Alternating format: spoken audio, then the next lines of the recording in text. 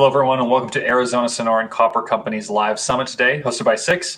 I'm pleased to introduce our speaker for today, President, CEO, and Director, George Ogilvie. The team is going to walk us through their latest news, and after, we're going to be accepting questions live. So as a reminder, please submit your questions on the Q&A panel found on the right-hand side of your screen at any point during today's presentation.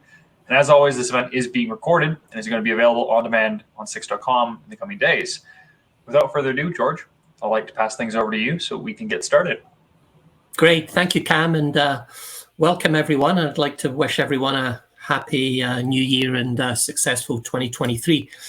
The purpose of the webinar today is really just to walk everyone through our high-level plans for 2023. There will be a Q&A session at the end, and hopefully we have time to answer everybody's questions at the end. We do make some forward-looking statements within the presentation, so I'll draw your attention to the cautionary language. This presentation is live on our website, so please review the forward-looking statements at your own leisure. We entered the year with shares issued, fully diluted 99. The options and warrants are in the money. And I'm happy to say that one of our accomplishments last year was cleaning up the balance sheet, and we're now debt-free. The company started 2023 with $20 million cash in the bank.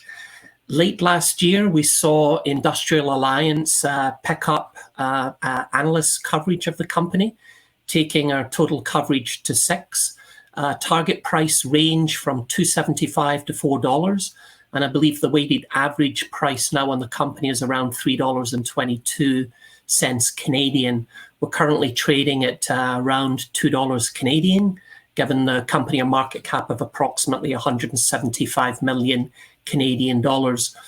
Obviously, last year there was a significant investment by Rio Tinto coming in as a 7% shareholder, and obviously that's quite a strategic move and accomplishment for us. Thank you, Alison. So a little bit on our growth opportunity. Obviously, our project is a brownfield site. It's located in Arizona, which, as you all know, is a Tier 1 mining jurisdiction. The process is relatively simple, given it's going to be a heap leach with an SX-EW plant. We believe that the company's management and board is very experienced and has a very strong track record of delivering value for the shareholders of the company.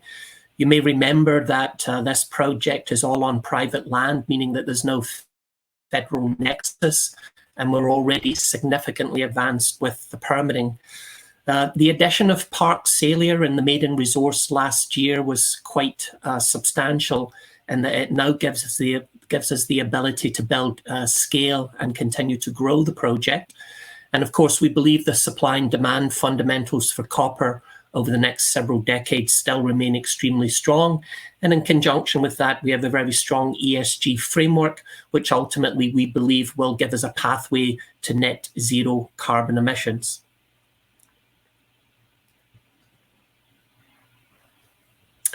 So very experienced management team. As I said earlier, there's over 170 years of experience here.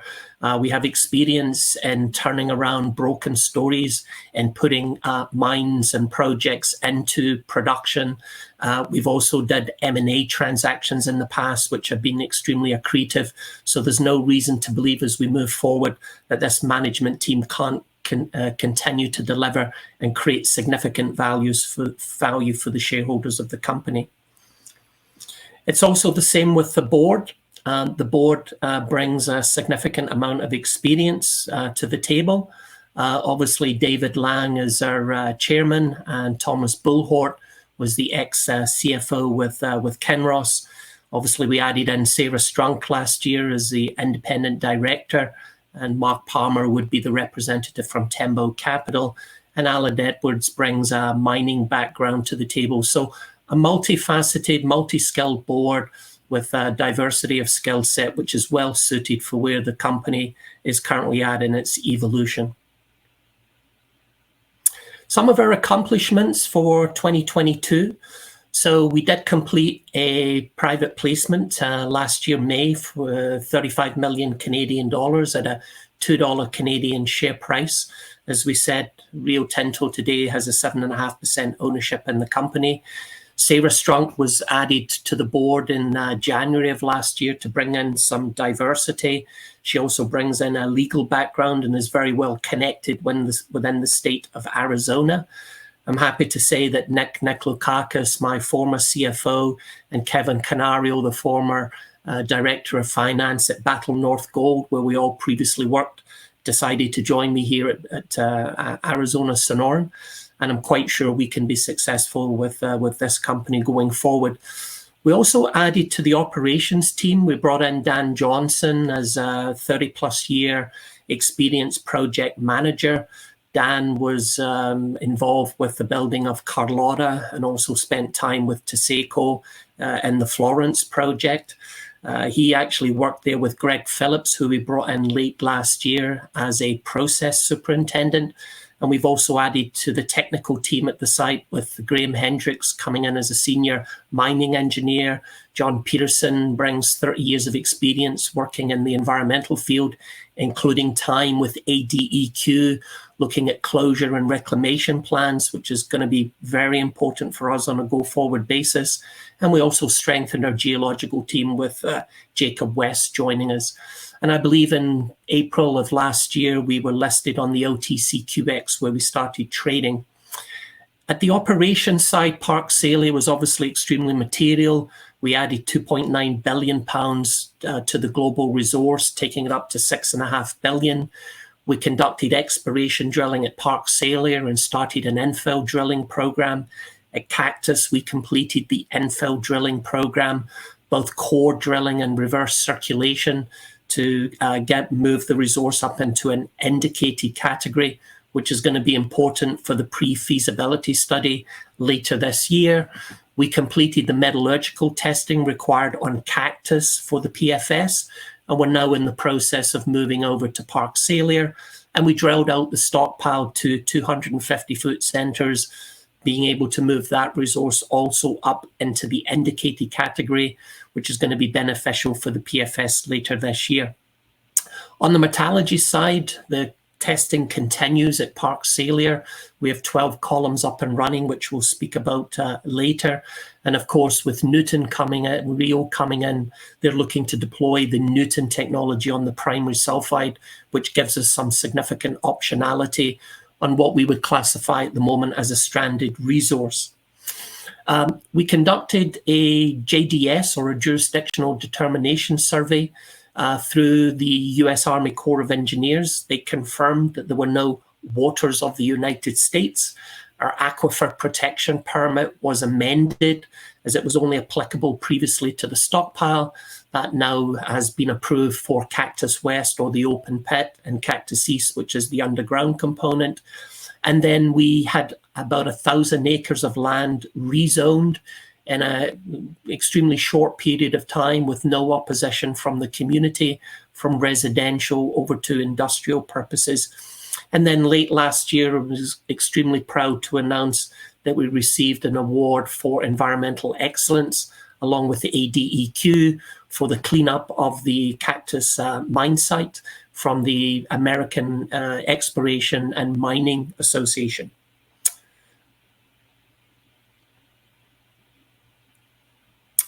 So with respect to the location and the advantages we see there, obviously the location is some 40 miles south of Phoenix. We're very well connected to the local interstate, and the Maricopa-Casa Grande Highway is right on our southern border. As you all may remember, the main power line runs right through the site with more than enough excess power on it to provide all of our power needs. We're 75 miles north of Tucson. Population there of just over 1 million people. Phoenix and the greater area there has a population of 4.5 million. And of course, we're about 3 miles west of the city of Casa Grande with a population of 55,000 people and very strong local community support. As you all may know, Arizona ranks highly on an annual basis in the Fraser rankings, always in the top 10. And of course, it supplies the US with over 70% of the domestic copper supply in the United States of America. So great jurisdiction for conducting our business. Just to recap, we did conduct a perception survey some 14 months ago now. This was the second one conducted on the site. At that time, we had 500 respondents from Pinell County in the city of Casa Grande. And at that time, we saw approximately 83% of those respondents in favor of seeing the mine coming back into production. So we maintain and continue to maintain a very strong social license on this project. Onto the permitting. Obviously, the project is substantially permitted. Late last year, we did submit our permits for the industrial air permit, which is quite a material permit for us, and the mined land reclamation permit. Now, I'm happy to report that before the end of last year, those applications were administratively accepted. As you may remember, that starts the clock ticking, and we would anticipate probably sometime late first quarter, early second quarter, we will be in possession of those two permits. Going forward, the other permits are basically administrative. We don't anticipate applying for those permits until we have the PFS substantially completed, and that will probably occur sometime in and around the fourth quarter of this year, which still gives us plenty of time to have those permits in hand ahead of completion of a BFS in 2024 and a decision to greenlight the project and move forward with construction and development. Thank you, Alison. So with all the drilling that's taking place over the last 3 and a bit years since we've acquired the project, as we said earlier, we now have 6.5 billion pounds of contained copper in the ground. The discovery cost of that copper has come at under 1 cent a pound of copper. So it's absolutely telling us that we need to continue to explore on the project, on the property, and we have some monies invested in exploration this year. We believe as far as independent copper projects are concerned, we now rank number 3 in the US with the 3rd largest private undeveloped copper project at in and around 3 million tons of contained copper, behind only Pebble and Santa Cruz, which obviously is Ivanhoe Electric, immediately on our southern border with 5 million tons of contained copper in the ground.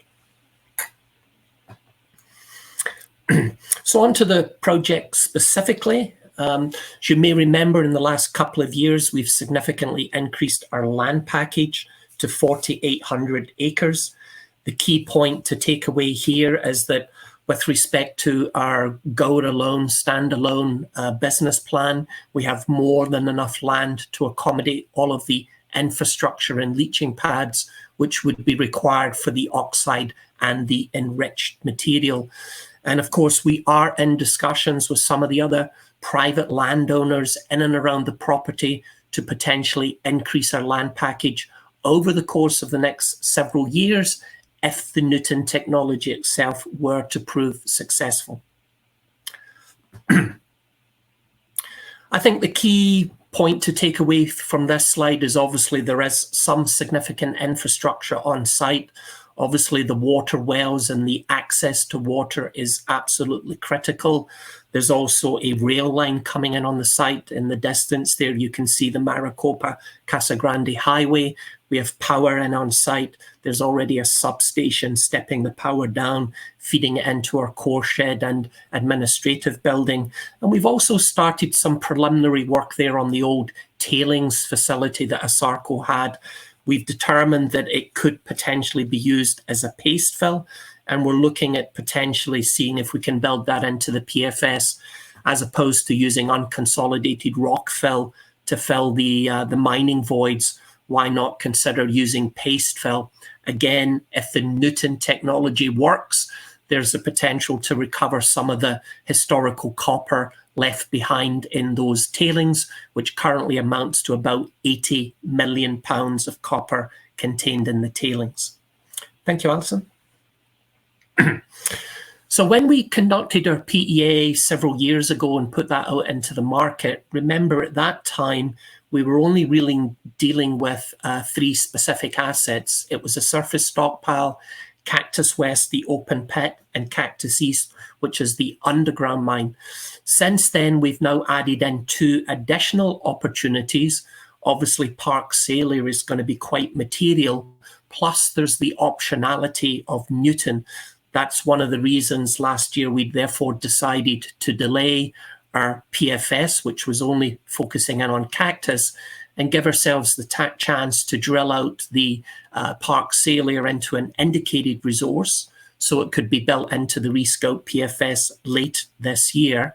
And assuming that the Newton technology actually works and shows signs of success, there is the option to build that into the rescope PFS at the end of the year as well. If Park Salyer moves ahead, it certainly is going to add some scalability to the current project. As you may remember, in the PEA, we had 56 million pounds of annual copper cathode production over 18 years. And we think that number could grow beyond 50,000 tons or 100 million pounds. And potentially the mine life could go beyond 30 years. Looking specifically at Park Salyer, you'll see that as far as the leachable material is concerned, there's 115 million tons at a total soluble copper of 1.06, giving us almost 2.5 billion pounds of copper in the ground. And what's interesting about some of the initial engineering work on Park Salyer is that because it sits 2 kilometers to the southwest of the Cactus West open pit, we're not limited with respect to the mining method there. And what I mean by that is when we were looking at Cactus East, we really couldn't deploy any form of sub-level cave because we were very concerned that we would ultimately break into the pit wall and therefore cause ourselves problems there. But because we're so far away from Cactus West, one of the mining scenarios that we're looking at is to mine Park Salyer significantly with a sub-level cave and some long hole. If the sub-level cave were to work, we would certainly benefit further there from economies of scale, and no doubt it would drive down further our operating costs, particularly with respect to mining. So that's a big opportunity that we're currently pursuing with the pre-feasibility study. There's approximately 100,000 feet or 32,000 meters of drilling ongoing now at Park Salyer, where we're drilling the deposit down to 250-foot centers.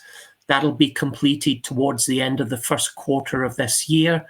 In the second quarter through until the end of the year, we then move into a 30,000 approximately meter drill program, where we're then drilling the deposit down to 125-foot centers, which moves it into the measured category ahead of a bankable feasibility study in 2024.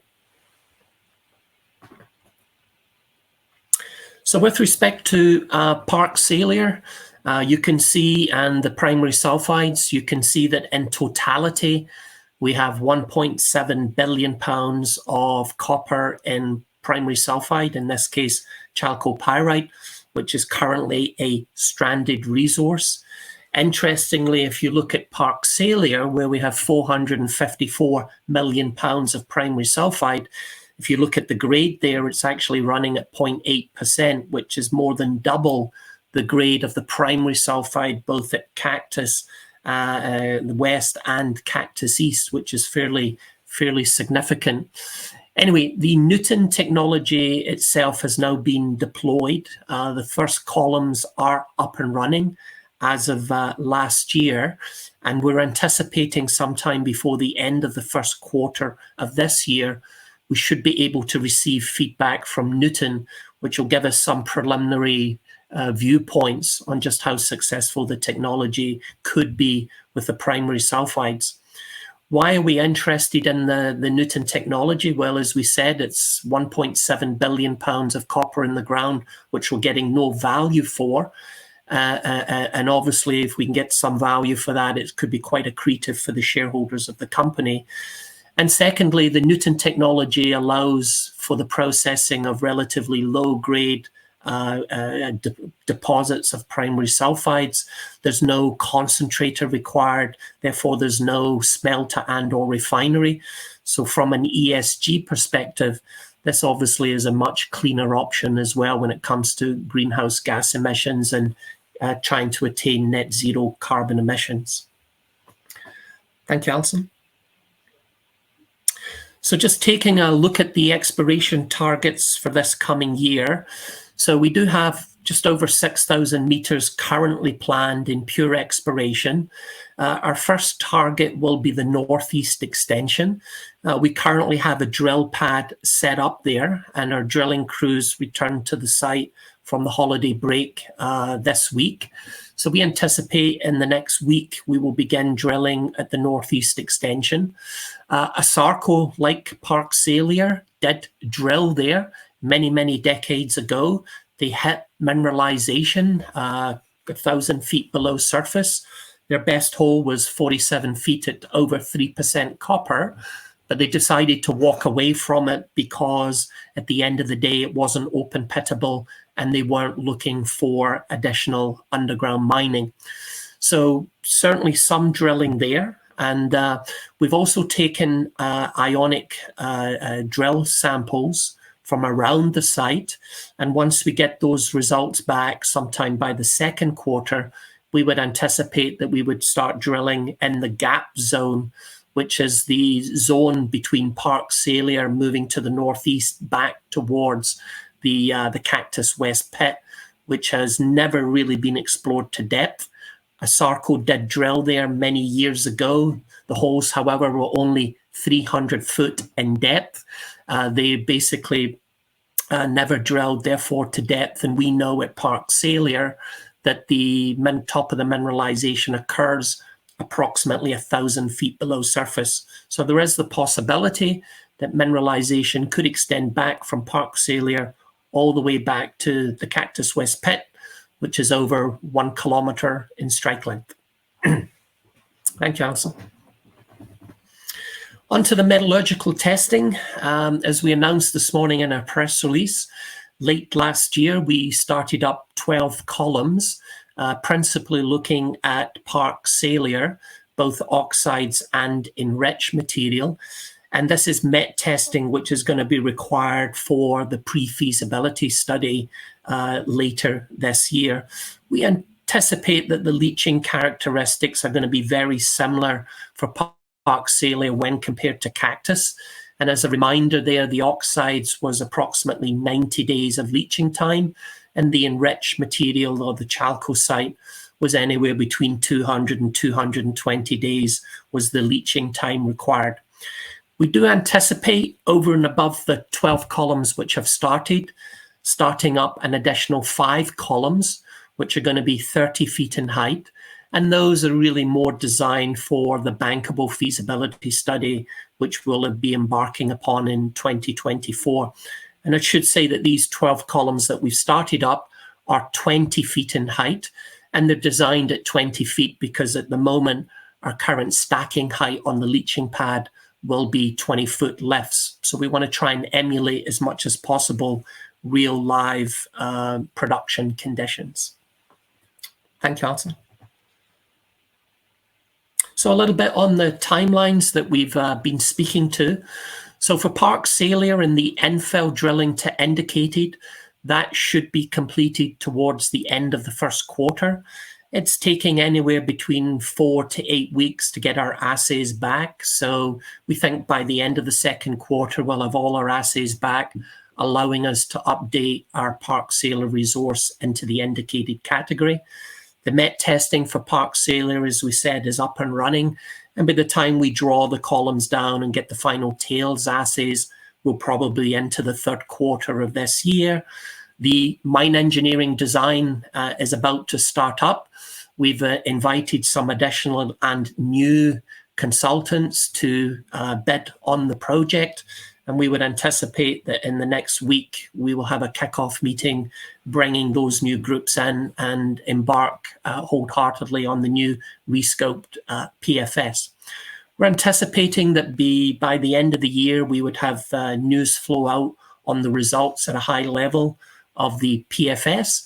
And sometime in the first quarter, we would obviously file then the technical report to accompany those high-level results. That'll then feed into the permitting. Obviously, the permitting is ongoing, and we anticipate, as I said earlier, in the next 3 months or so to have our next 2 significant permits, namely the industrial air permit, Mineland reclamation, and the other permits, we would apply for those probably towards the end of this year with the pre-feasibility study substantially completed. Those permits would be in hand sometime in and around the middle of 2024, which is when we would anticipate finalizing our bankable feasibility study, which then allows us to make a construction and development decision based on the back of a robust BFS, permits in hand, and obviously project financing at that time. Currently, there's nothing to suggest that the construction and development schedule wouldn't be more than 18 months. So if we extrapolate that forward, you can see that in late 2024, construction and development would begin, and therefore in early 2026, we'd anticipate seeing first production coming out from the mine in copper cathode. A little bit of peer benchmarking.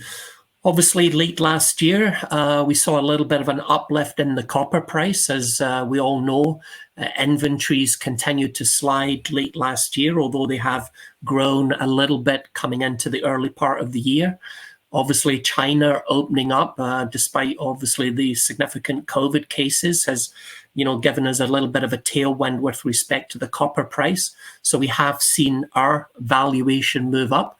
However, our immediate peer groups have also moved up, and we therefore still see a substantial gap in the valuation of Arizona Sonoran when compared to its existing and current peer group.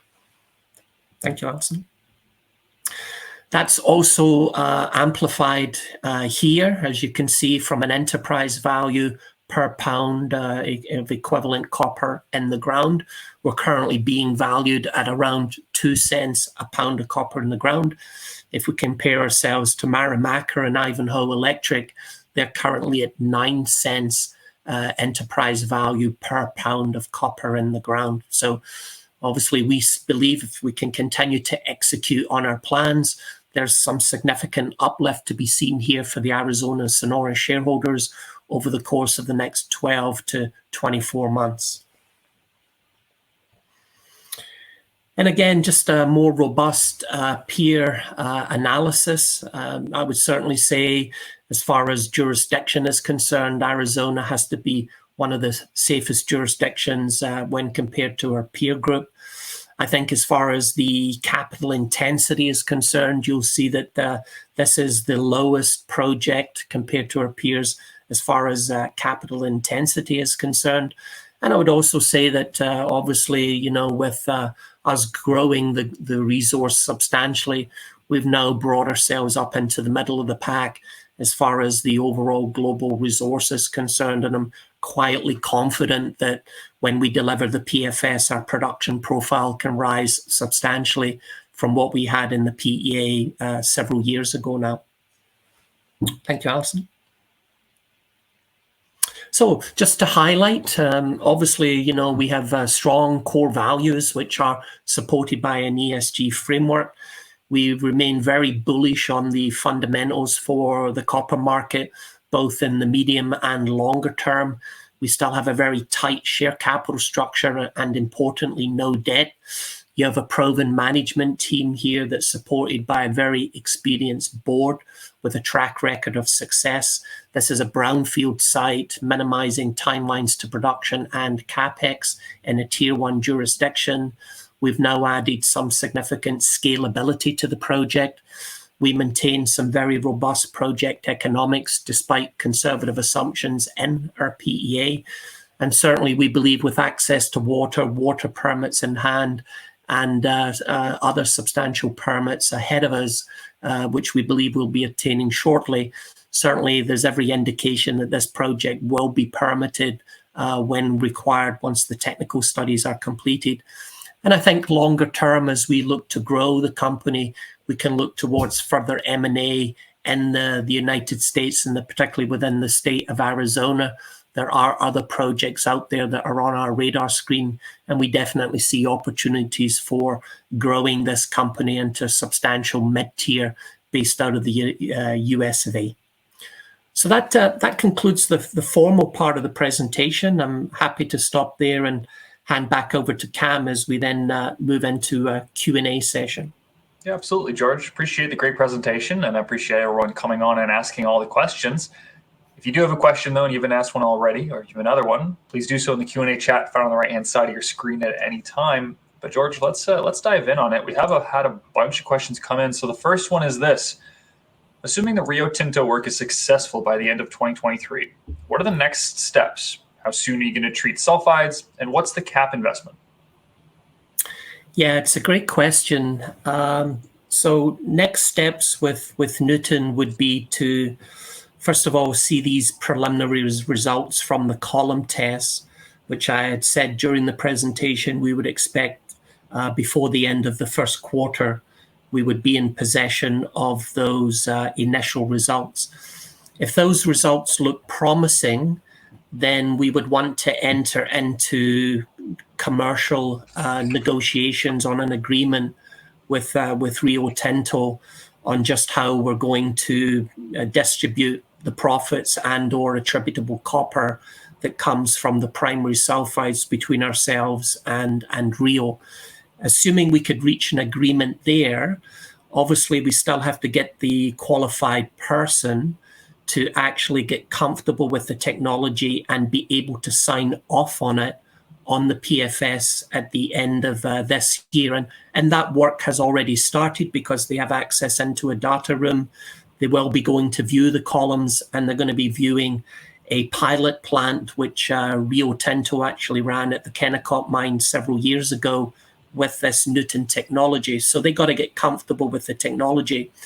Assuming all of that comes together and we can build it into a pre-feasibility study, then that would then feed through into a bankable feasibility study, which we would anticipate would be completed sometime in the second half of 2024. Between the PFS and the bankable feasibility study, I think we would be getting into some hard discussions and negotiations with Rio on how they could assist us with the project financing. And that comes into the second part of the question, what is the CapEx?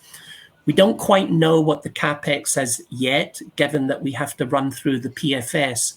But the beauty of this technology is it allows you to take advantage of the infrastructure that you would put in for a standard SXEW plant and for the leaching pads.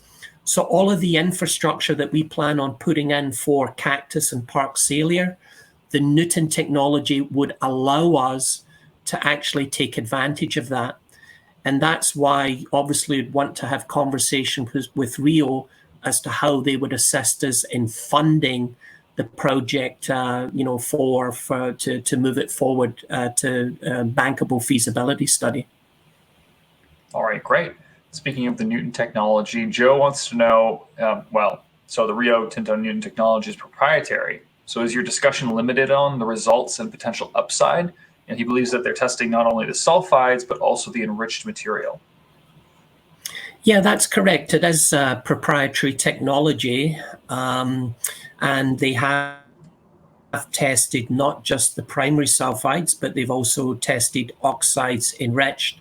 And as I stated in the presentation, they even tested some of the old tailings from the old Asarco mill, which were deposited on site. So there was preliminary results based on computer modeling, as we announced last year, are very much in line on the oxides and the enriched material with what we've achieved in our own column tests over the last several years. And of course, the real opportunity here is that if you could reach a fair and reasonable commercial agreement with Rio Tinto, then you've got the ability to actually blend the enriched material and the primary sulfide on the same leaching pad. At the moment, because we don't have any commercial agreement in front of us, we're proceeding ahead on the basis that there will be separate pads for the enriched material and for the primary. And that way it's much easier to therefore track any attributable copper to Rio or any revenue or profits to Rio based on the success of the Newton technology. All right, great. Joe says this, copper is not considered a critical mineral by the US, at least currently.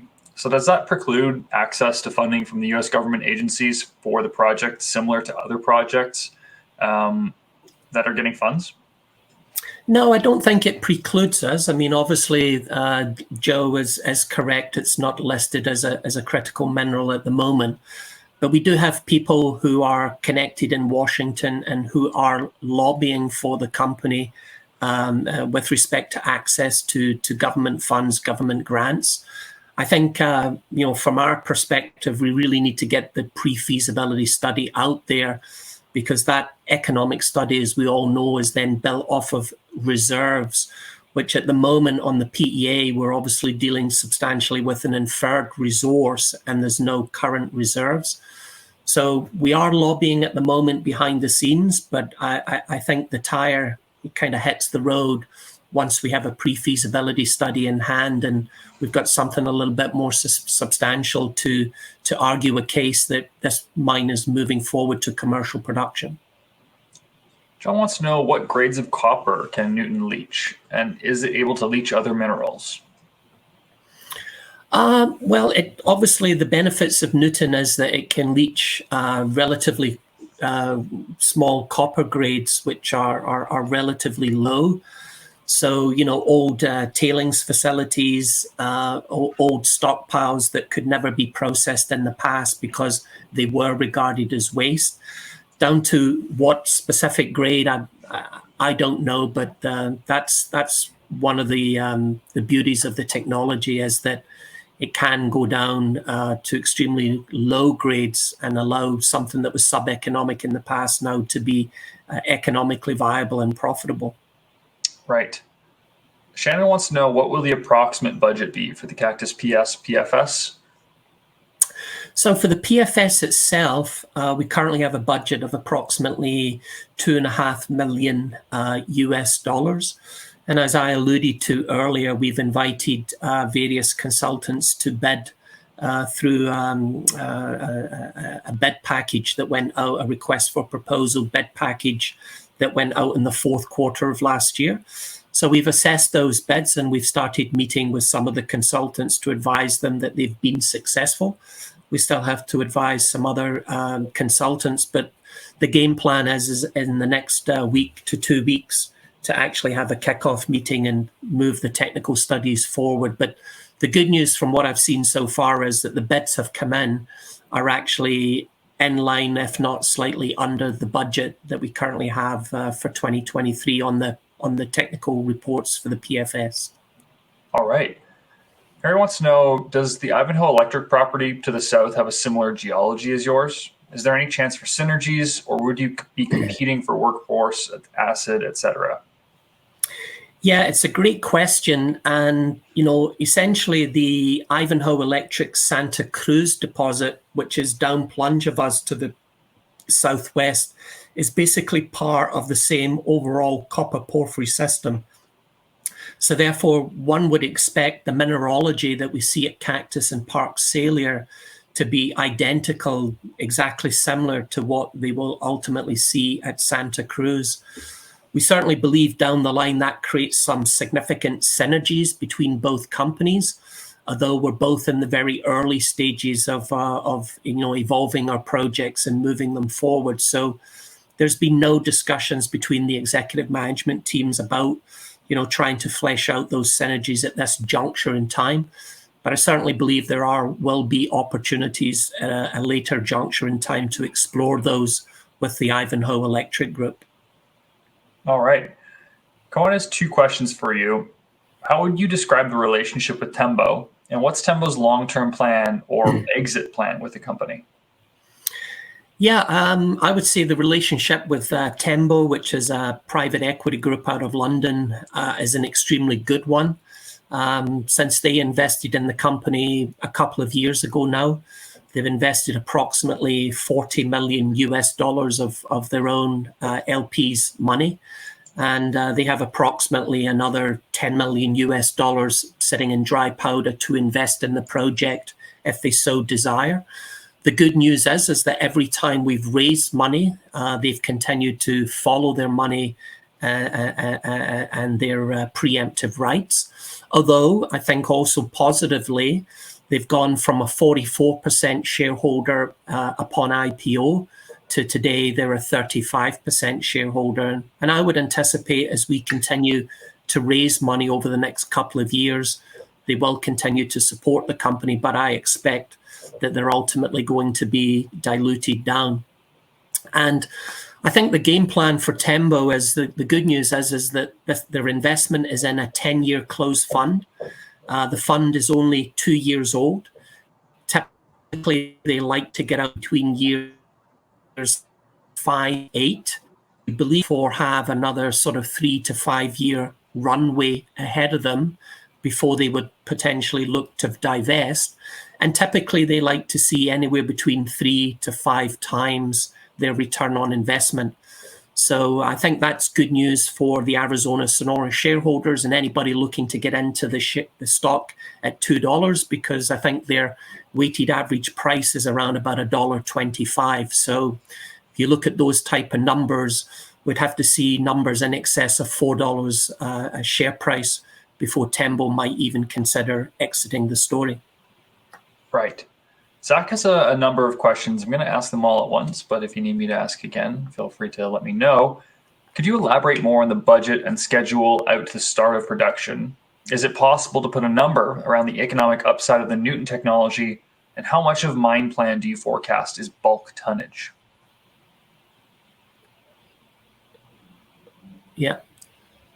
Well, it's difficult to extrapolate out the budget beyond this fiscal calendar year. So this year we're anticipating that with the programs we've put forward today, we intend to spend approximately 25 million US dollars in the next 12 months. So that would mean probably sometime in the second half of the year, or certainly before the summer, we're probably looking to raise additional monies to see us through until the summer of 2024. Certainly as far as the economic upside for Newton, I think for the Arizona Sonoran shareholders, I think it's going to be quite substantial. As we said in the presentation and we showed, we currently have 1.7 billion pounds of copper in the ground that is a stranded resource that we're not getting any value for currently.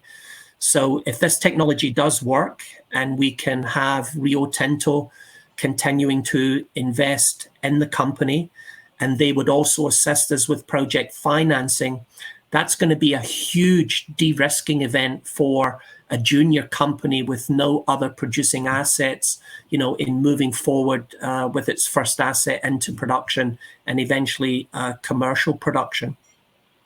And I think, lastly, I think from a tonnage perspective, the one criticism we've had on the project to date, based on the PEA, has always been that the production profile is relatively small at only 28,000 short tons of copper cathode production annually.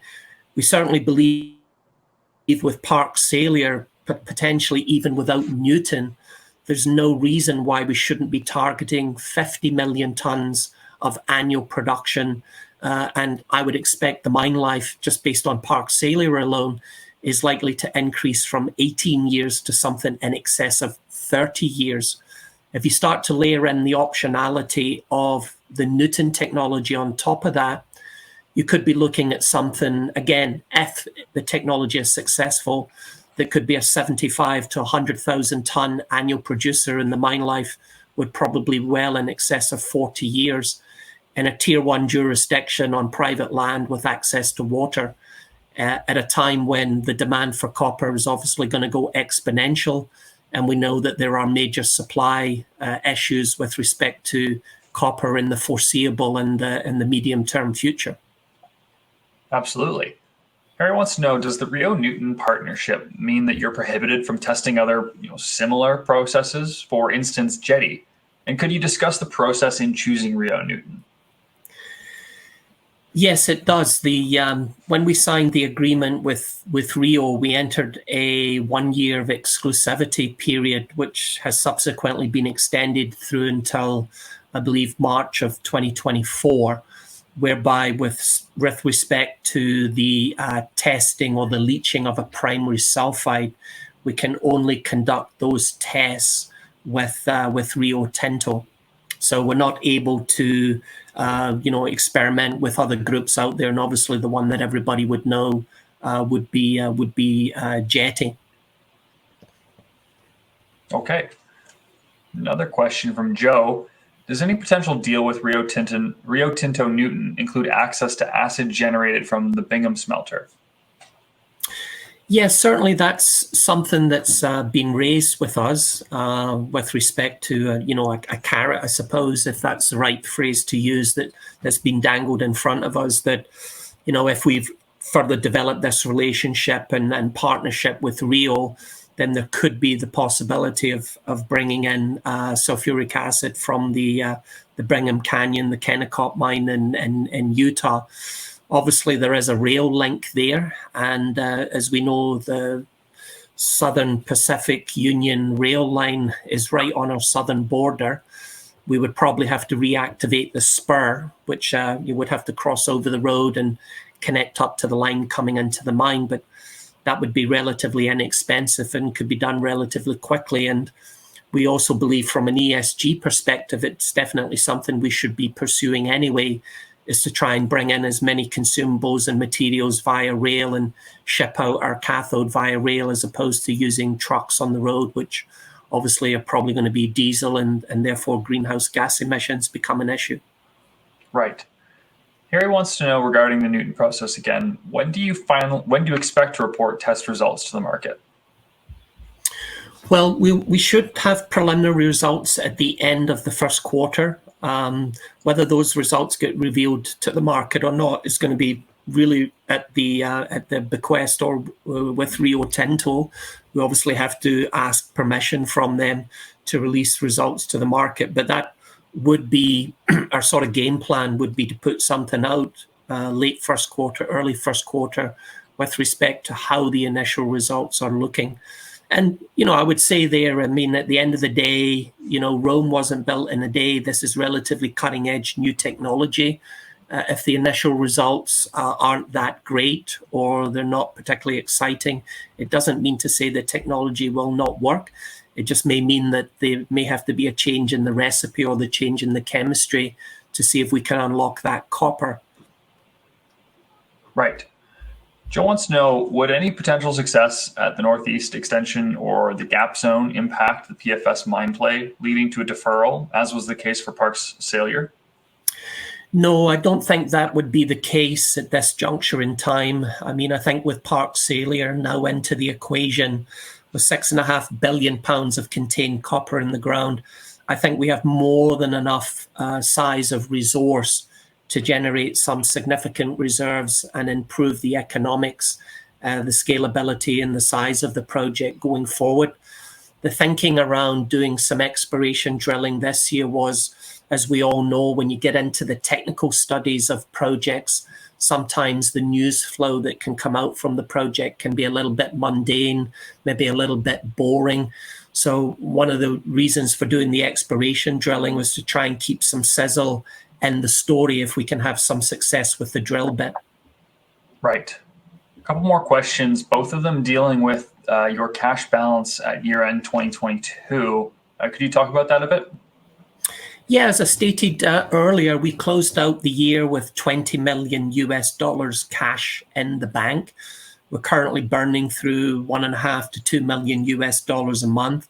So we would anticipate at some juncture, probably before the summer, second half of the year, we will come back to market. The budget for this year, as I stated earlier, is $25 million. Okay. Well, listen, George, I think that was a great presentation, and we certainly had a very engaged Q&A session. That's all the questions we've received currently, so I want to thank you and thank everyone in the audience, especially those who asked questions, for coming on today. But before we wrap up, I want to pass things over to you for some closing remarks. Yeah, thank you, Cam. And I'd just like to thank yourself and Six for the opportunity of being able to put forward our work plans for this current calendar year. And I'd like to thank the participants for coming on and listening to the story and asking some really great questions and being really engaged. As you saw towards the end of our presentation, despite a significant uplift in our valuation in the last 3 months, I still believe we're very, very undervalued when compared to our peer groups. And again, when you look at the supply and demand fundamentals for copper, I think we all know that the copper price is going to have to move substantially higher to incentivize new projects, incremental production to come online to meet that demand over the ensuing, decades as we move towards decarbonization and green energy. And I think people that are investors in Arizona Sonoran and those that are considering investment, if they were to invest at this point in time, I think your confidence and faith in the company is going to be significantly rewarded here in the next 12 to 24 months as we move through any recession and start getting into more of a bullish growing economy and GDP. So I'd like to thank everybody for your time and stay tuned to another successful 2023 for Arizona Sonora Copper Company.